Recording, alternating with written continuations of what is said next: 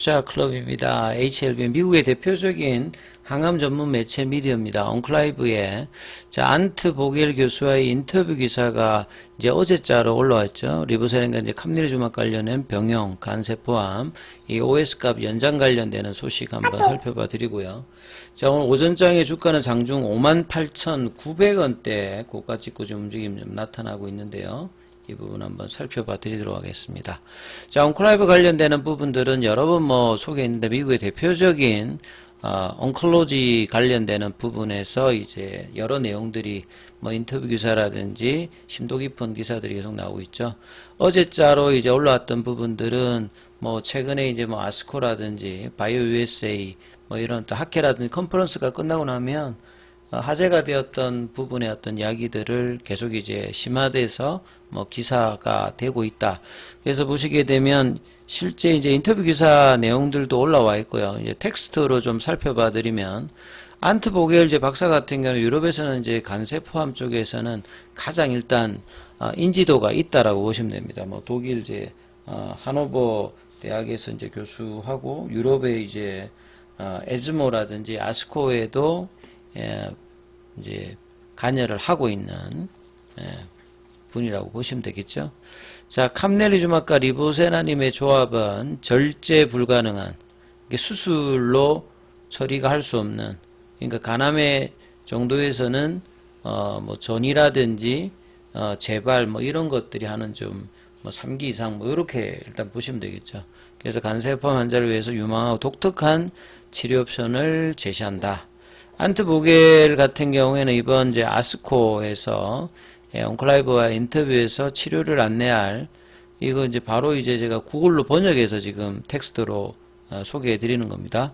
더 많은 옵션을 갖는 것이 결국 이제 그 종양내과 이제 의사들을 만나서 보면 치료제가 다양하게 있다는 것들이 굉장히 중요한 부분이거든요. 특히나 이제 간암 관련되는 부분은 1차 치료제가 지금 4개밖에 없지 않습니까? 바이오의 소나페닙하고 이제 에자이의 렘바티닙, 그 다음에 로슈와 아스트라제네카 제품 정도가 있는데, 이 제품이 보편적 언맷 니드를 만족을 못한다라고 이제 하기 때문에 새로운 어떤 치료 옵션에 대한 어떤 니즈는 실제 이제 이런 의료진 입장에서는 굉장히 중요한 어떤 부분이죠. 그리고 이제 이런 옵션들 중에서도 이 OS 값을 향상시키는 것이 가장 중요하고 FDA도 이제 이 부분을 가장 중요한 프라이머리 엔드포인트로 삼아서 임상이 진행되었다 이렇게 보시면 되겠죠.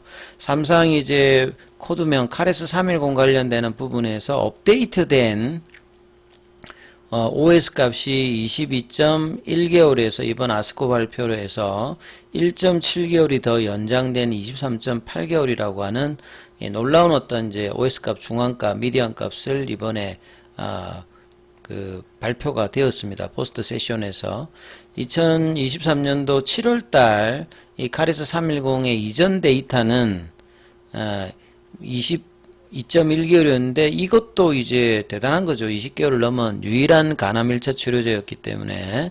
그래서 작년도에 이제 5월달에 NDA 제출을 하고 파일링 통과를 해서 이제 7월달부터 퍼스트 사이클 리뷰 미팅, 미드 사이클 리뷰 미팅, 올해 3월달에 레이트 사이클 리뷰 미팅까지 약에 관한 안전성, 유효성 관련되는 부분에서는 전혀 문제 없음을 이 5월 17일 CR 레터에서도 확인할 수 있었고, 이번 아스코에서 추가적인 OS 값 이제 업데이트 관련되는 부분에서도 실제 이제 키오피는 니드들의 입장에서는 굉장히 기대된다. 극찬의 이야기들도 많이 좀 받았다 봐야 되겠죠.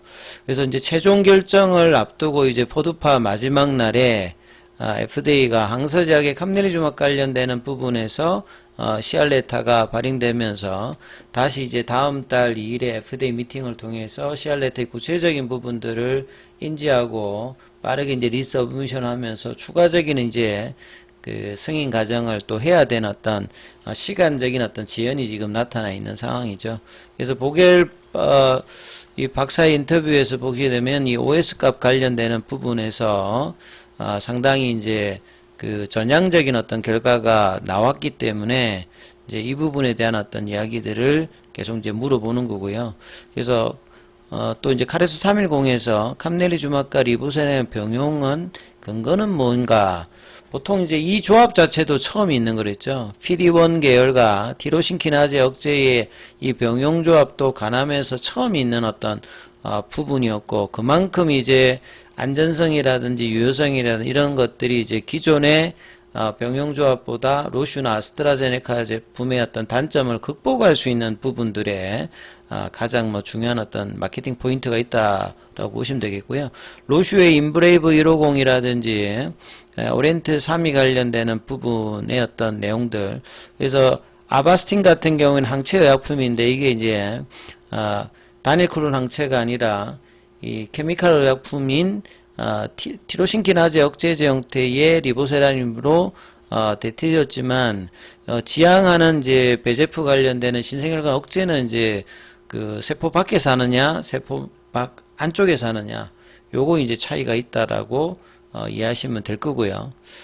그래서 이제 이러한 부분들을 이제 의미할 수 있는 동물 실험 단계 전임상이라든지 임상 과정에서의 어떤 데이터를 가지고 있고, 효능 데이터 관련되는 부분에서 여러 번 확인했고, 뭐 란셋에서도 이 부분에 대한 어떤 이제 논문으로 게재될 만큼 데이터 관련되는 부분에서 유효성, 안전성은 검증을 끝냈던 부분들이고요. 그래서 효능 데이터와 안전성의 프로필 관련되는 부분들이 이제 작년에 란셋에 기재되면서 1차 지표, 2차 평가 지표들이 다 일단 통계적 유의성을 만족하면서 좋은 결과를 냈고요.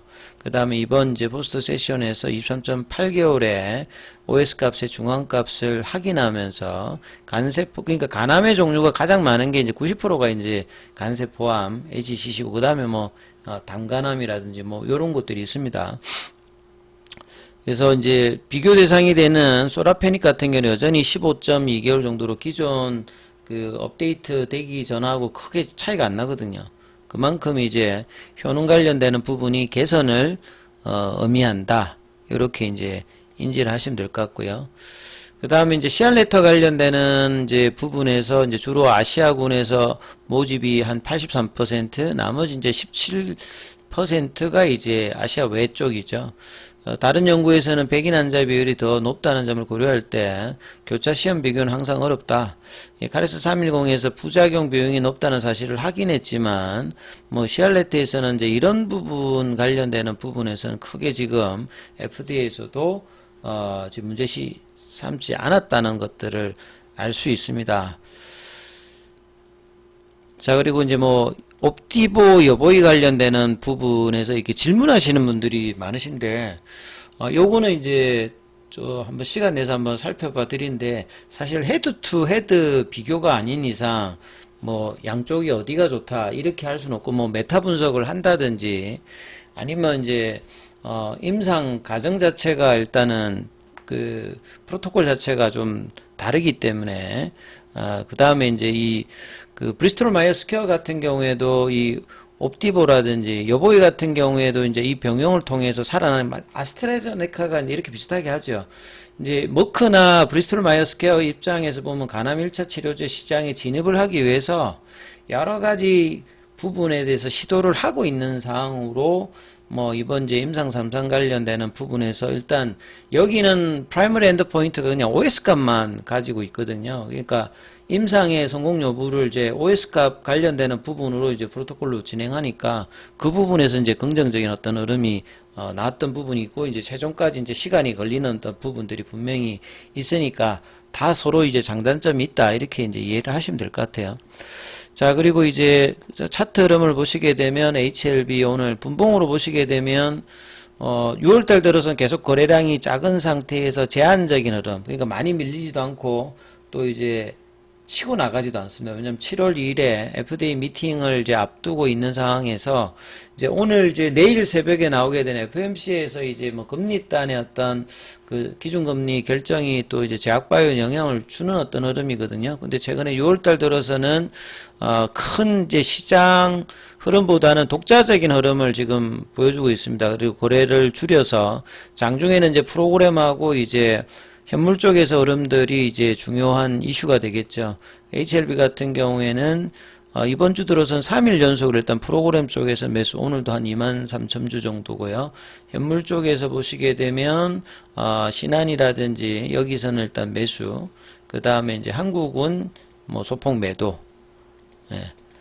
차트 구간도 이제 21 이평선이 이제 계속 이렇게 플래티온으로 가게 되면 이제 크로스가 되는 이제 지점이 나오는데 여기에서 거래량이 늘면서 늘어나는지도 이제 차트 흐름에서는 또 중요한 구간에 일단은 들어가는 어떤 부분들이 만나게 되고요.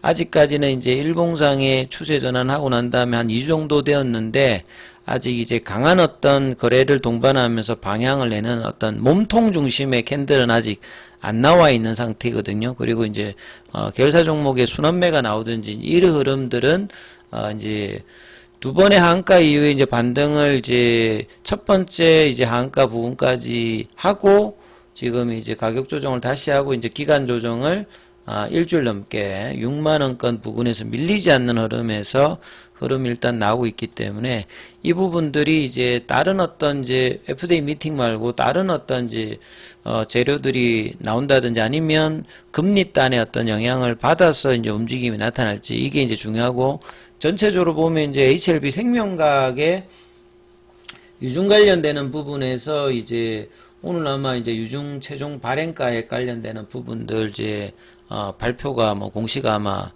나올 건데요. 이제 14일에 이제 청약일이기 때문에 그 부분의 어떤 영향들도 있을 수 있습니다. 그래서 이런 부분들을 참조하시면서 흐름을 좀 살펴보셔야 된다 이렇게 말씀드리고요. 자, 장중에는 이제 무료 카톡방 진행되고 있습니다. 문자로 참여 남기시면 입장 코드 보내드리고 있으니까 참조하시면 되겠습니다.